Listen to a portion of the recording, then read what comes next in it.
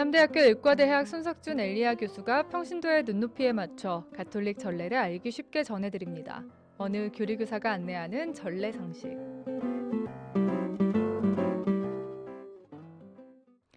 네, 이 시간 함께해 주시는 손석준 엘리야 교수님 모셨습니다. 네, 안녕하세요. 안녕하십니까.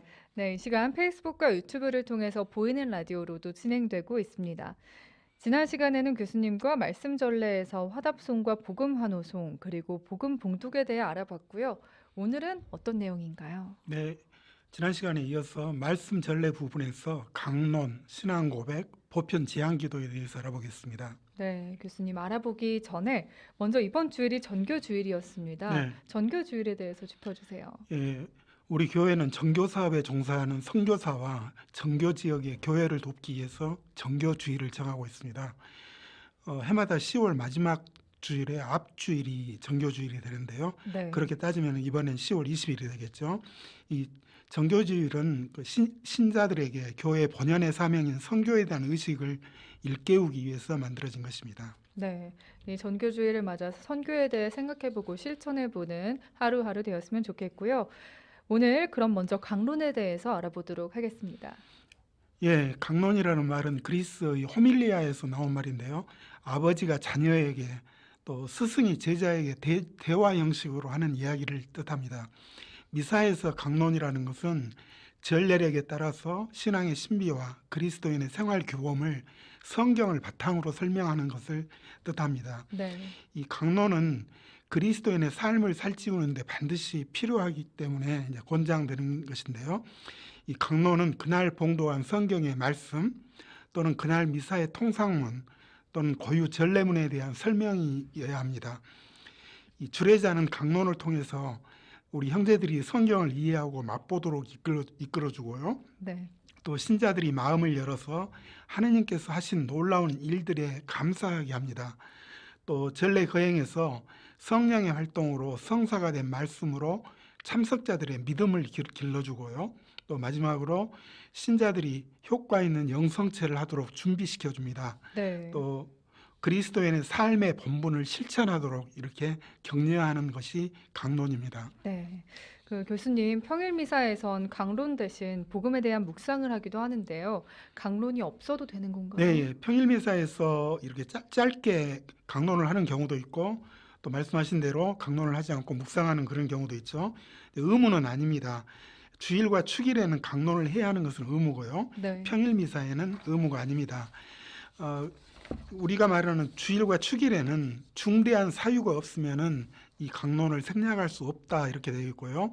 또 다른 날에도 특히 대림이라든가 사순시기, 부활시기의 평일 그리고 많은 교우들이 성당에 모이는 축일이나 특정한 어떤 기회에는 강론을 하는 것이 바람직하다라고 미사 경본 총 지침은 밝히고 있습니다. 네. 그럼 이 강론은 꼭 주례사제가 해야 하는지 다른 사람이 하면 안 되는 예, 건가요? 강론은 원칙적으로 주례사제가 합니다. 네, 이 공동 집전하는 경우가 있죠. 이럴 때는 공동 집전 사제 가운데 한 사람이나 필요한 경우에는 부제에게 맡길 수가 있습니다.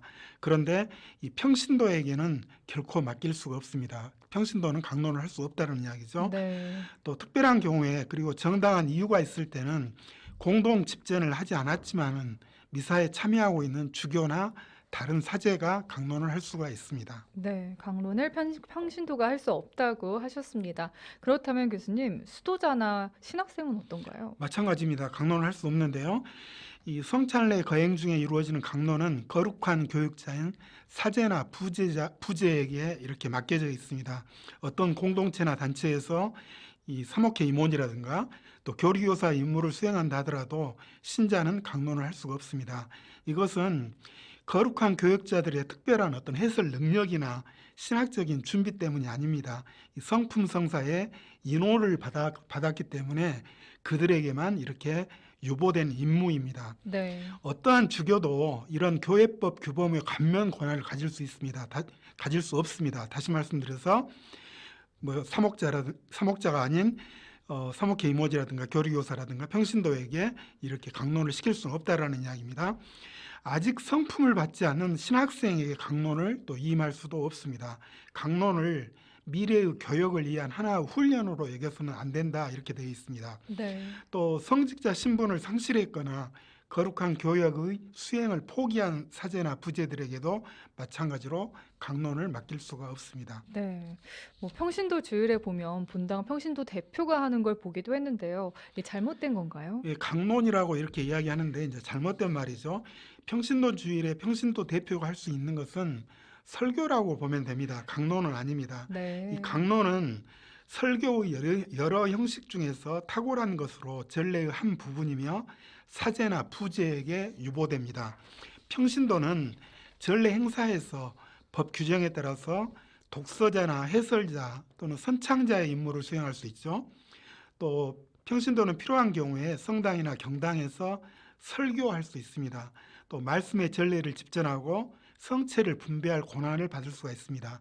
그런데 강론은 성직자에게만 유보됩니다. 네. 평신도들은 어떤 특정한 상황에서 필요하거나 혹은 개별적인 경우에 유익하다면은 주교회의 규정에 따라서 성당이나 경당에서 이렇게 설교를 할 수 있도록 허용될 수가 있습니다. 이 평신도 설교는 사제의 짧은 강론 후에 하거나 또는 영성체 기도 후에 허용될 수 있다고 합니다. 네, 그렇군요. 그런데 이 강론 시간에 본당 주보를 보는 분들도 더러 있어요. 그렇죠. 어떤 분들은 이제 강론도 하느님의 말씀이라고 이렇게 이야기하죠. 네. 강론도 독수와 마찬가지로 하느님이 말씀 안에 현존하신다고 이렇게 설명하고 있습니다. 강론을 하느님의 말씀 영역에 두고 있다라는 이런 이야기죠. 그렇기 때문에 강론을 들을 때 자신의 잣대대로, 자신의 임의대로 마음에 든다, 또는 강론을 잘한다, 강론에 마음에 안 든다 이렇게 판단해서는 안 됩니다. 네. 독서와 복음에서 선포된 하느님의 말씀을 실생활과 연결해서 더 자세히 듣는 이런 마음가짐이 필요하겠습니다. 네. 그 강론 다음에는 잠시 침묵하는 시간을 갖습니다. 네, 예. 강론 후에 가지는 침묵의 시간이 있죠. 이것은 바로 내 마음에 지금 오시는 주님을 받아들이는 그런 시간입니다. 다음 예식을 위한 준비의 시간이 아닙니다. 이 침묵 자체가 깊은 의미가 있습니다. 그런데 이 시간에 다른 생각을 하거나 또는 뭐 옆 사람과 속삭이는 이들도 있을 수가 있습니다. 네. 이것은 스스로 자신에게 오시는 주님을 거부하는 행위라고 볼 수가 있겠죠. 강론 후에 침묵 시간이 되면은 조용히 이렇게 자신에게 오시는 주님을 받아들이고 또 강론을 묵상하는 것이 좋겠습니다. 이제 이런 침묵의 시간 후에 그 다음에 모두 일어나서 신앙 고백을 하게 되죠. 네. 독서와 강론으로 하나님의 말씀을 들은 뒤에 신경을 바치게 됩니다. 교수님, 신경에 대해서도 알려주세요. 예, 미사를 거행하는 동안 예식 규정에 따라서 신앙 고백, 곧 신경을 하게 됩니다. 그 목적은 이 적은 회중이 독서와 강론에서 들은 하느님 말씀에 동의하고 응답하는 것입니다. 또 성찬 전례로 신앙의 신비를 거행하기 전에 교회가 승인한 양식문으로 이 신앙 규범을 새기려 하는 그런 의미가 있습니다. 그래서 신경은 곧 이어 거행될 성찬 전례가 뒤따라오죠. 이 성찬 전례 때 일어나는 신앙의 신비를 함축하고 있습니다. 그래서 신경은 사제와 교우들이 모두 일어서서 주일과 대축일에 노래하거나 낭송하게 됩니다. 이것은 단순한 신앙의 고백이 아닙니다. 신경의 그 내용대로 믿음을 구하는 기도라고 볼 수가 있겠죠. 네. 이 신경의 내용은 가톨릭 교회 전통 안에서 축약된 대표적인 그리스도인들의 신앙 조목을 담고 있습니다. 미사 중에 신앙을 고백하는 것은 세례 성사 때 결심을 갱신하기 위한 그런 것입니다. 또 신앙 고백 후에 그리스도인들의 잔치인 성찬례에 이렇게 참석하게 되죠. 그렇기 때문에 성체를 받아 모시기 전에 자신의 신앙을 점검하고 또 강화시키고 고백하는 그런 시간입니다. 네. 이 신경에도 두 가지가 있는 걸로 알고 있습니다. 미사 중에 자주 바치는 사도신경, 그리고 니케아 콘스탄티노플리스 신경 두 가지가 있는데요. 네, 이 신앙 고백과 관련해서 미사 통상문은 강론이 끝나면은 규정에 따라서 신앙 고백, 곧 신경을 노래하거나 낭송한다 이렇게 돼 있고요. 바로 그 뒤에 니케아 콘스탄티노플리스 신경이 나옵니다. 따라서 미사 중에는 니케아 콘스탄티노플리스 신경을 해야 하는 것입니다. 그렇군요. 근데 교수님 보통 사도신경을 바치잖아요. 네, 그렇죠. 이게 잘못된 건가요? 그렇지는 않습니다. 예전에는 때에 따라서는 사도신경을 애울 수 있다 이렇게 되어 있습니다. 특히 사순 시기와 부활 시기에는 이른바 사도신경, 곧 로마 교회의 세례신경을 바칠 수 있다. 이렇게 미사 통상문에서는 명확하게 밝히고 있습니다. 그렇기 때문에 미사 중에 사도신경을 고백할 수 있는 것입니다. 우리 교구의 지침에서도 주일과 대축일에는 강론을 한 다음에 신경을 바치되 니케아 콘스탄티노플 신경과 사도신경을 균형 있게 바치도록 한다. 이렇게 되어 있습니다. 네. 신학적으로 보면은 니케아 콘스탄티노플리스 신경이 더 완전하다고 합니다. 그렇지만은 사도신경도 신앙의 핵심을 잘 표현한 것이기 때문에 초세기 교회부터 물려받은 교회의 소중한 유산입니다. 또 사도신경은 이 니케아 콘스탄티노플리스 신경보다 더 오래되었습니다. 또 동서방 교회가 공유하는 신앙 고백문입니다. 또 길이가 좀 짧죠. 그렇게 네. 모든 신자들이 또 외우고 있기 때문에 네. 많이 사용하는 것 같습니다. 네. 그럼 이 신앙 고백에서 니케아 콘스탄티노플리스 신경과 사도신경 외에 혹시 다른 신경도 바칠 수 있는 건가요? 예, 미사에서는 전통적으로 니케아 콘스탄티노플리스 신경을 바친다고 제가 말씀드렸습니다. 또 특별한 경우에는 사순식이나 부활식에는 사도신경을 바칠 수 있다라고 했고요. 그런데 단순히 아까 말씀드렸던 길이가 짧다고 해서 사도신경을 선택하는 것은 올바른 선택이 아니다 그렇게 되어 있습니다. 네. 우리가 매일 미사 보면은 앞에 보면은 니케아 콘스탄티노플리스 신경이 앞에 나옵니다.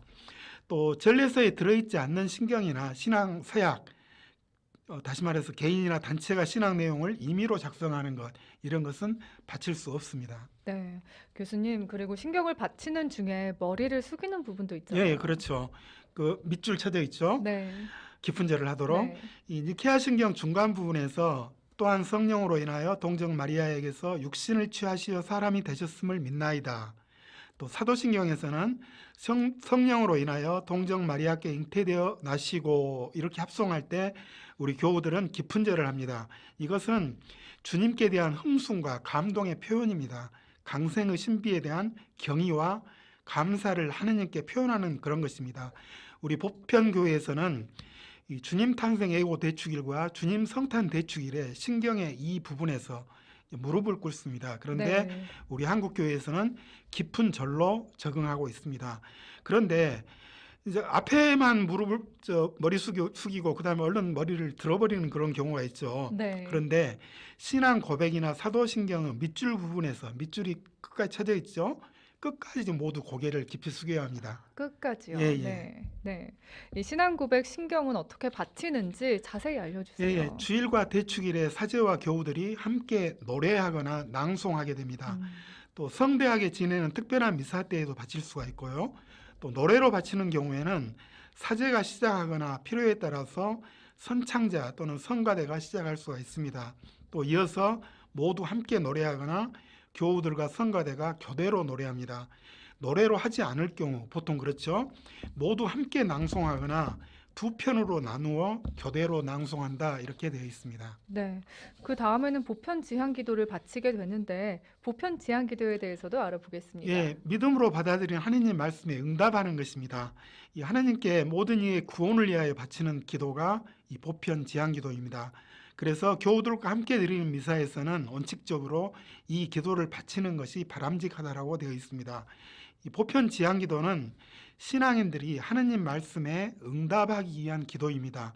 신앙에 따라 사는 데 필요한 은혜를 청하는 그런 구하는 그런 기도입니다. 네. 그래서 개인적인 것을 청하는 기도가 아니라 우리들이 공동체를 위하여 바치는 그런 기도입니다.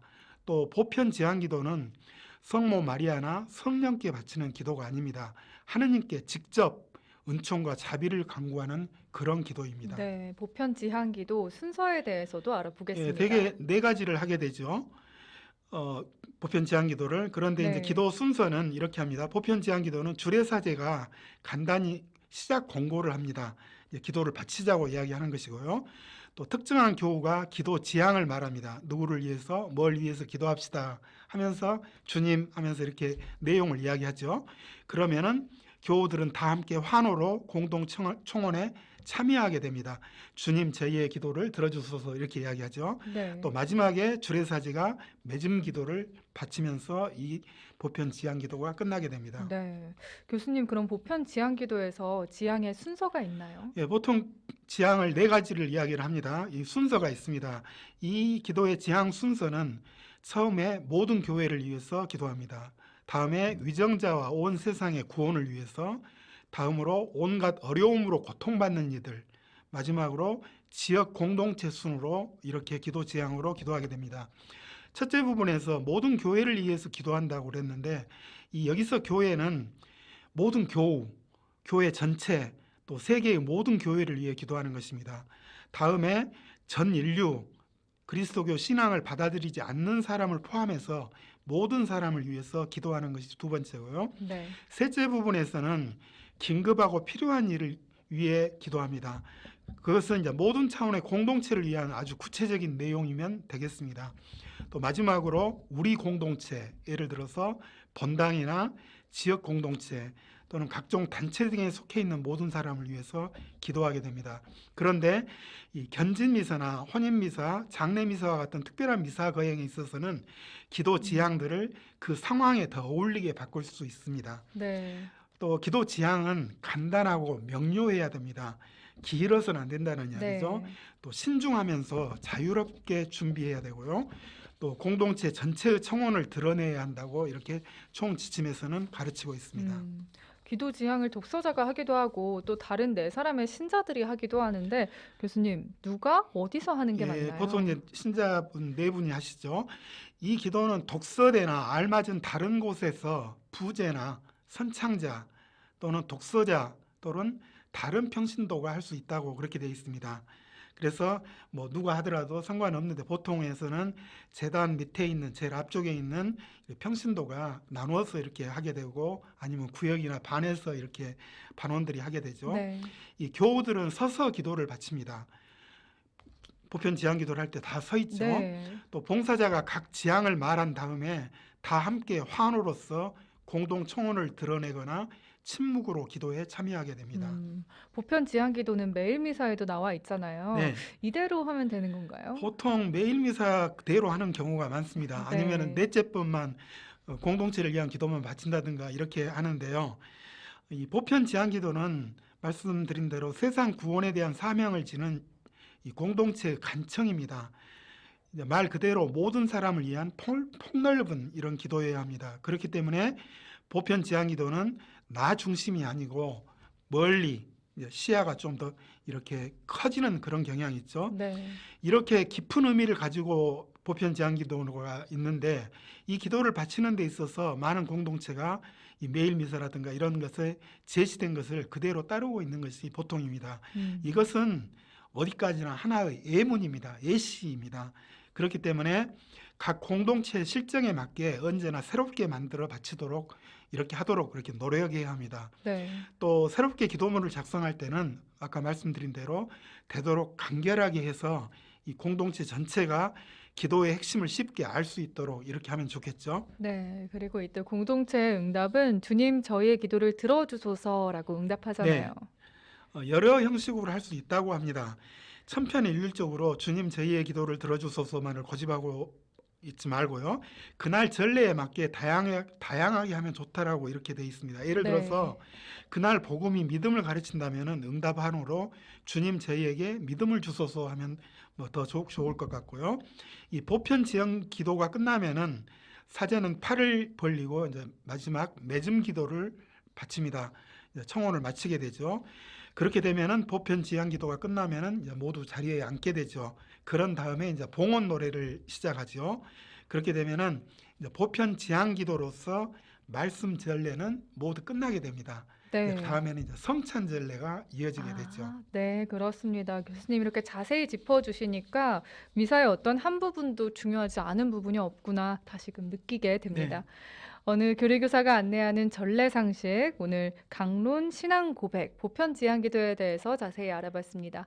감사합니다, 교수님. 네, 감사합니다.